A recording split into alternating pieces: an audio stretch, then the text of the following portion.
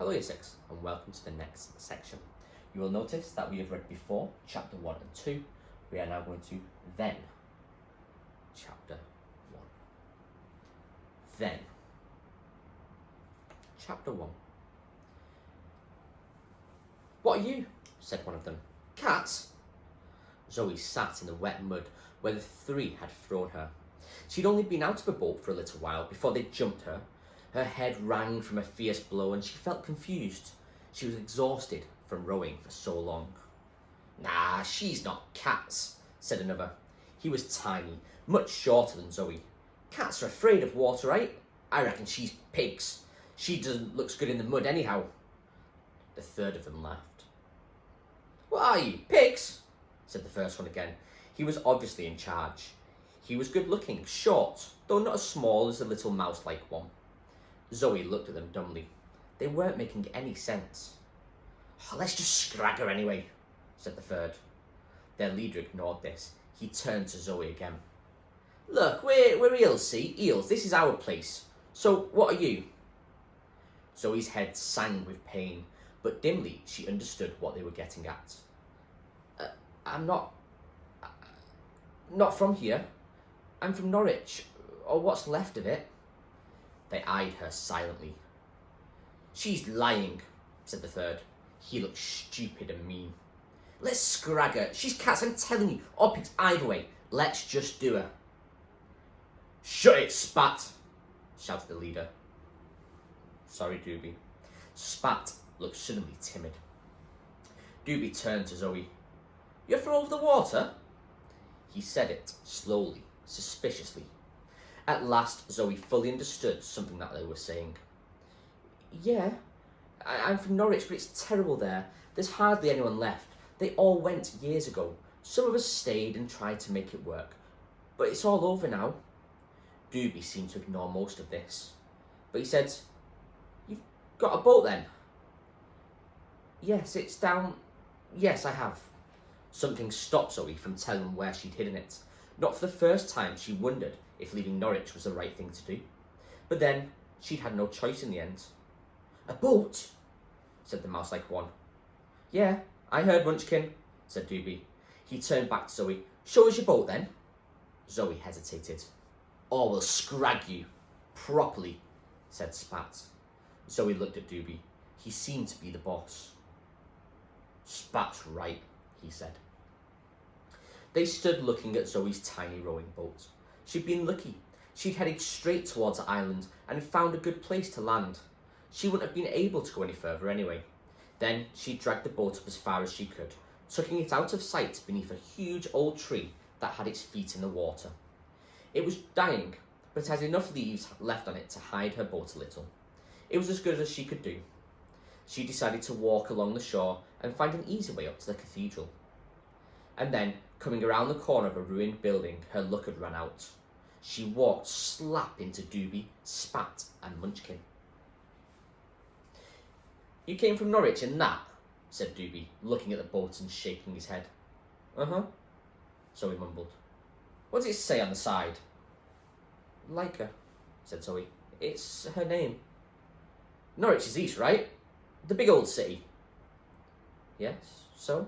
Asked Zoe, wanting some answers. She wanted to know where she was, and she was very hungry. You don't understand, do you? What's your name? Zoe. Where am I? I was just headed for that. This is the island of eels, and we're the eels, see? This is our island, and we're in charge. Now, Zoe, what we're wondering is whether you're actually telling the truth. Whether you've really come across Udanaran in that. He pointed at Zoe's little boat. Norwich, you say? I didn't think there was anything left of Norwich. To the east. On the other hand, you might be cats, or pigs, or some other tribe. In which case, you've come to try something on. Steal some food, maybe.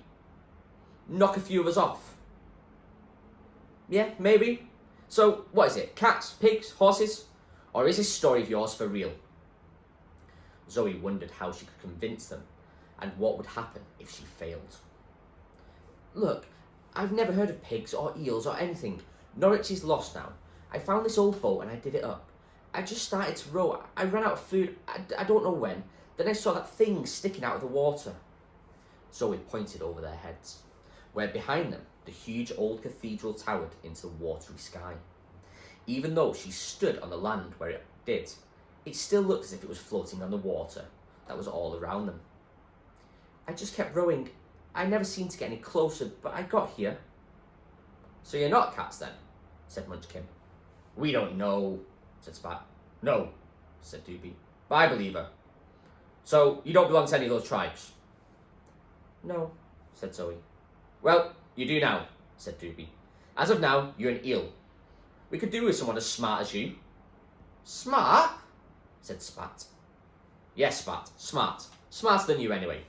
Get all of this way in that thing. She's got brains.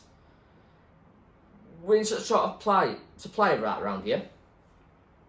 So what? Said Spat. He stared straight at Zoe. No one else has joined us before, have they? You always said it was dangerous. Why don't we just do like we did with everyone else who's come snooping? You said... Don't tell me what I said, Spat. Zoe saw Munchkin take a couple of steps away from the other two automatically. Yeah, but Doobie, we always do them, don't we? You said so. I said shut it! Doobie snapped at Spat. There was an uneasy silence for a while. Spat seemed to realise he'd pushed it a bit, and he shrugged his shoulders. Zoe saw the anger slip off Doobie's face. Thank you, Spat. Anyway, you're not afraid of a girl, are you? Munchkin sniggered. Obviously pleased with himself, Doobie turned back to Zoe. So, you're an eel now, Zoe. But I don't... I said you're an eel. No arguments. Unless you'd like to give water a try without your boat. Zoe shook her head, slowly. She was too tired and hungry to argue anyway. She didn't even have the energy to wonder what sort of weird setup she had walked into. Let's go back to base then, lads. They walked up the soggy hill to where the ruins of an old stone walls appeared from the sea and led to the cathedral gates. Rising out of the water beside one of these old walls was a row of white posts. They made their way in and around bits of fallen masonry, and then, not long after, the main door to the cathedral was in front of them. It looked out across a large patch of muddy grass, in one corner of which stood an ancient cannon. Two boys stood guarding the gateway. Past them was a long porch which led to the door themselves. These had been reinforced with bands of metal and beams of wood. The two gatekeepers nodded at Doobie meekly, though they were much bigger than him. Right, Doobie, said one. The other nodded. Neither of them smiled. One of them shoved hard, and the door to the cathedral swung open.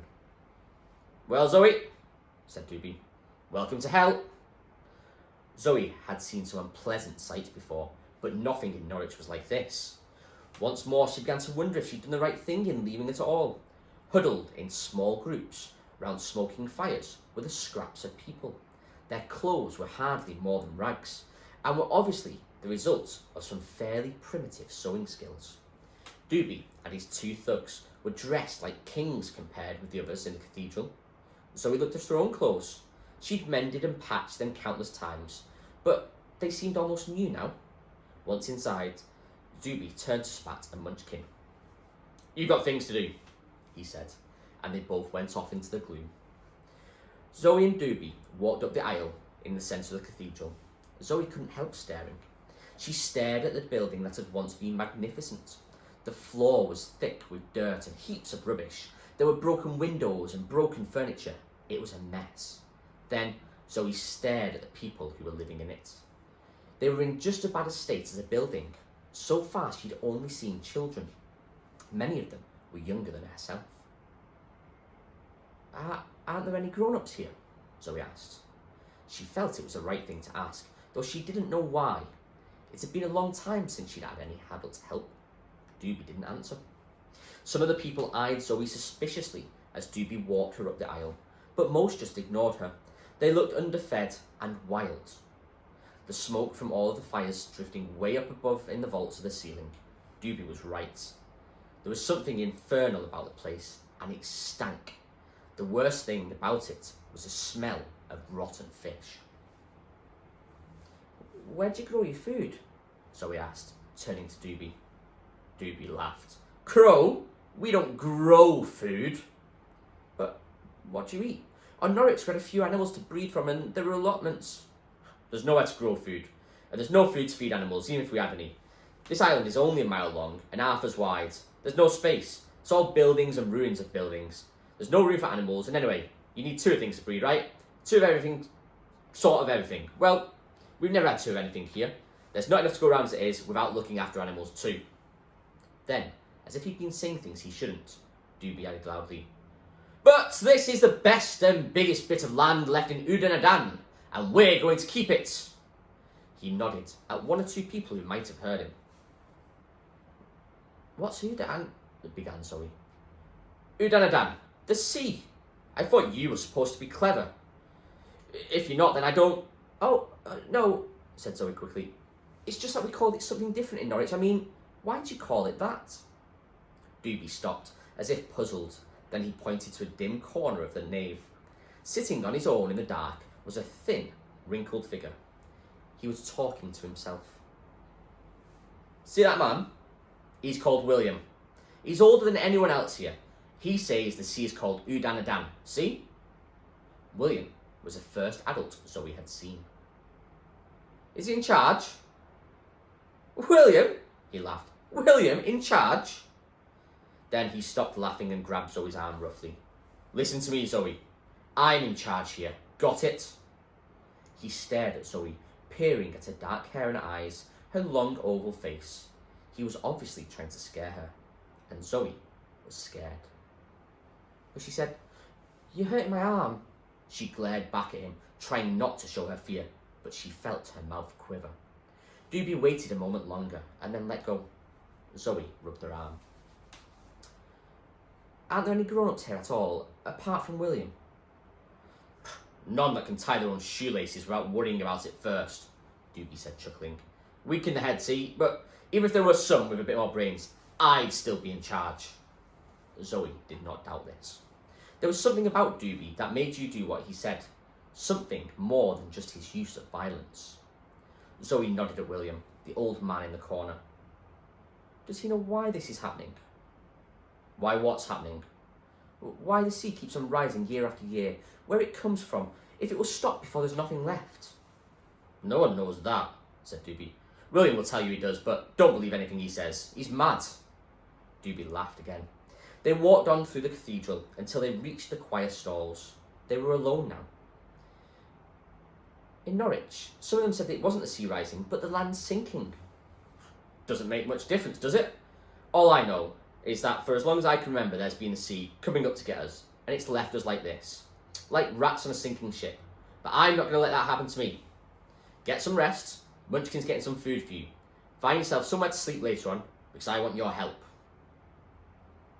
The end of chapter 1.